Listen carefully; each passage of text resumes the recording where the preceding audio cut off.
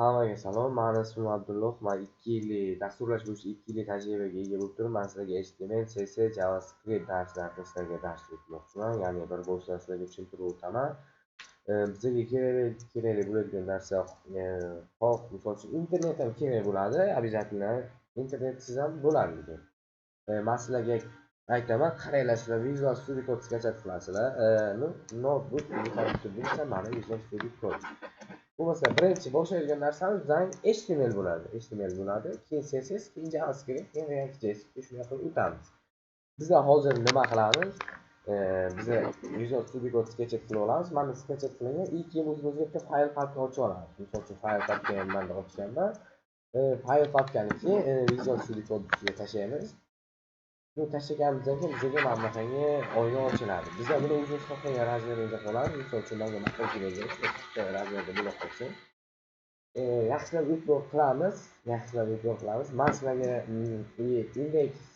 index HTML qilib ochaman mavzu, xohlasanglar boshqacha qilib ochinglar, boshqacha qilib. Misol uchun nom har xil bo'lsa ham HTML bo'ladi обязательно. Qaranglar, HTML fayl qanday ochiladi, men sizlarga tushuntiraman shu yerda. Bu hech qancha olib kelasizlar, mana men bu yerga olib kelasizlar. Misol uchun faylni nomi darslik bo'lgan bo'lsa, men bu yerda birinchisi mana new file ustiga bosamiz. Misol uchun HTML bitta fayl ochib olamiz. Misol uchun nomi xohlagan nom qo'yasizlar, sizga aytib o'tyapman. Men misol uchun index misol uchun HTML fayl nom bo'layotgan bo'lsa, keyin обязательно HTML ochish uchun nuqta qo'yishimiz kerak. Nuqta qo'ymasa ishlamaydi. Nuqta qo'yib keyin HTML qilamiz. Bizga index HTML ochiladi. Yana bir marta sizga bir narsani tushuntirib o'taman. HTML o'zi nima vazifasini bajaradi? CSS nima vazifasini bajaradi? JavaScript nima vazifasini bajaradi? Sizga shu narsani tushuntirib o'taman. Bu misol uchun bitta odamni olayotgan bo'lsa, odamni turishi HTML deb aytaylik, turishi harakatsiz turadi. Yo robot deylik, robot turishi harakatsiz turadi. Robot olayotgan bo'lsa, robot o'zi harakatsiz, ya'ni HTML da qilingan. Robotga rang berish kerak, bu CSS da qilinadi, CSS da. Robotni harakatga keltirish kerak ekan, bu JavaScript, ya'ni harakatga keltirish. Tushundinglar degan umiddaman. Men sizlarga endi kod yozishni o'rgataman. Kodlar qanday yoziladi? Bizlar index HTML ochib oldik. Bu endi qilayotgan ishimiz bizani kod yozish. Kod qanday yoziladi? Misol uchun men sizlarga osongini o'rgataman. Misol uchun bosh oynani ochib olish uchun birinchi qilayotgan ishlarim mana bu shift bilan uni bosasizlar, ya'ni birni bosasizlar. Mana sizlarga aniq kalta chiqadi birinchisi. Ustiga enter bosasiz. Mana chiqdi sizlarga. Shunga chiqqandan keyin misol uchun o'zimiz yozib ketaveramiz. Misol uchun nima qilyapmiz? Mana dokument debdi, mana bu yerda dokument ichida biz dokumentni o'chiramizda xohlagan narsani yozamiz. Misol uchun darslik 1 bo'lgan qolsa, darslik 1. Bu mana darslik 1 bo'lgandan keyin biz kodni qayerga yozamiz endi. Mana bu yerda head body degan kodlar bor. Ana shuni ichiga kod yoziladi. Eslaringizdan chiqmasin. Umuman kod qanday yoziladi? Kelamiz. Misol uchun birinchi yozayotgan kodimiz birinchi oddiy so'zlarni yozishni katta kichik shunaqa shekillarda bo'layotgan bo'lsa, kodlarni bir boshdan tushuntirib o'taman men sizlarga. Boshlaymiz. Qaranglar, misol uchun salom deb yozamiz. Salom nimaga? Salom, mana salom deb yozdim. Bu masala natija ko'rsataman. Endi natija menda qanday kod sal ishlamay qolgan, to'g'rilab olishim kerak. Men bu xatoga kelamiz, mana room degan narsa bor. Room ko'ryapsizlar, mana birinchi start big F5. Xohlasangiz F5 HTML bo'ladi. Misol uchun sizlarda ochiladi, конечно. Menda salgina qiyin bo'lyapti. Men shuning uchun ba'zan ham ochaman. Open with live server. Xohlasanglar bu tarafdan, xohlasanglar u tarafdan. Mana ko'rdinglar, men salom deb kod yozgandim, mana salomni chiqdi. Endi qaranglar, nimaga salom? Bu so'zga e'tibor beringlar. Misol uchun e'tibor beryapsizlar. Kelyapti vaqtda kod o'tamiz endi salom deb.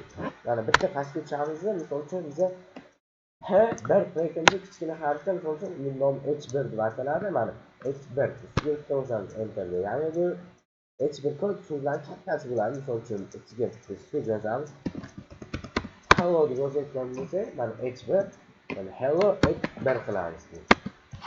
Mana yozdi H1 qilib pastga tushamiz yana H2 mana H2 ketyapman. Yana hello H2 deb yozamiz. Yana pastga tushamiz. H3 hello H3 deb yozamiz. Yana pastga tushamiz. Hello H2 qilamiz. Hello H2 ikkinchi qiladigan o'yinimiz.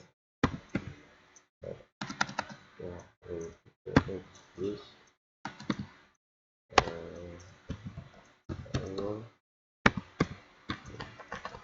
yana H6 gacha bo'ladi. Anosi H6. Mana. Hello H6. Nimaga bu narsa o'zgarsa natijalar ko'rsatadi hozir. Mana H7 yo'q. H6 dan tepasi bo'lmaydi. Qaranglar. Salom oddiy shrift.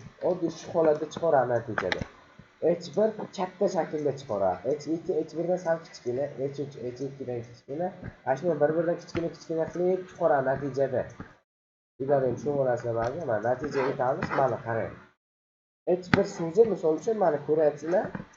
Mana ko'rasiz katta shaklda bo'ldi.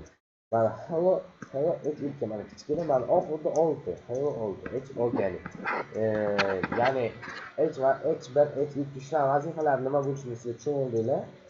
Xo'p, endi qiladigan ishimiz kodga o'tamiz.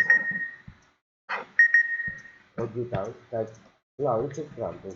Men uchunmaymiz, sizlar ham sizlarga aytaman. Bu narsani ko'rsatganimdan keyin novidan tushunadiganlar bularni mani darslarni ko'rib boringlar, o'rganinglar. Shunda juda qiynalmaysizlar. Misol uchun men o'zim o'qib yurgan vaqtim o'zimizga shazod bo'lganda, endi o'zimizga shazod bo'lgan, menga aytadi shu Ulug'bek Sabirjanov degan bitta shu HTML CSS bo'yicha dars ketadigan odam bor, ya'ni bitta kanal bor. Shundan darslarni ko'ringlar deb aytaymi. Biz eringanmiz, ko'rmaganmiz, o'shaning uchun bizga salgina o'zgarishlar o'zgarib yaxshi o'qib chiqdim bo'lgan. Keyinchalik o'zimiz ustida ishlab, mana hozir juda katta gapirmaymanki, misol uchun mendan o'zga professional dasturchilar bordir, mendan ham past professional dasturchilar bordir. Professional deyiladi, mendan past. Shunaqa. Endi hop, keyingi qilayotgan ishimiz sizlar kalonchi imtihondasizlar, tepan imtihonga kirdinglar deb o'ylaylik.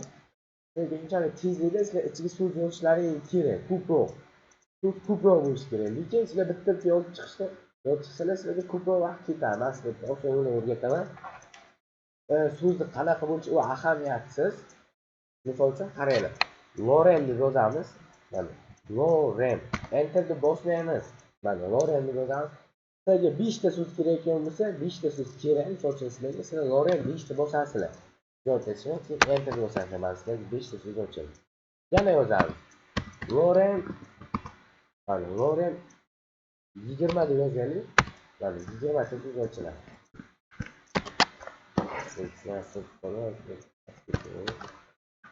Mana bu yerda mana Loremdan pastgacha 20 ta so'z bor. Bunga tushundinglar, Lorem qarang, eslab qolinglar, Lorem. Misol uchun har xil turda keladi mana. Lorem deb bosib enter yozib qo'ysangiz so'z juda ko'payib ketadi. Keyin sizlarga o'chirish qiyinroq bo'ladi, so'z ko'payib ketgan sababli. O'shaning uchun mana Lorem qilasizlar-da, misol uchun ko'p yozasizlar. Natijaga o'tamiz. Mana natija ko'ryapsizlar. Boyagi H6 kodlar, mana o'sha Lorem kodlar.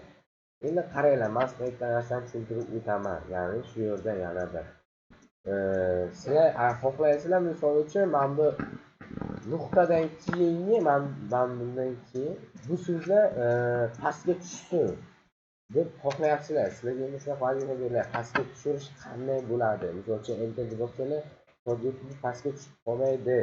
Hozir sizlarga shuni ko'rsatib o'taman.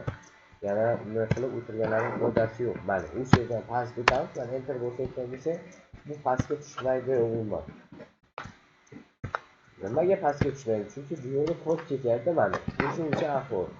Mana pastga tushmaydi. Men sizlarga shu narsani osonroq yo'lini o'rgataman. Kodga kiramiz. Mana shu yerdan bo'layotganimiz qaranglar. Kod yozishda misol uchun men bu yerga tiqib yozsanglar, joy tashimay kod yozilmaydi. Yaxshi. Sizlarga chalg'ashib ketasiz. Sizlar o'shanda bitta probel bo'lsa, mana qaranglar. BR, ya'ni BR kodi bo'layotgan bo'lsa, BR bitta bosamiz.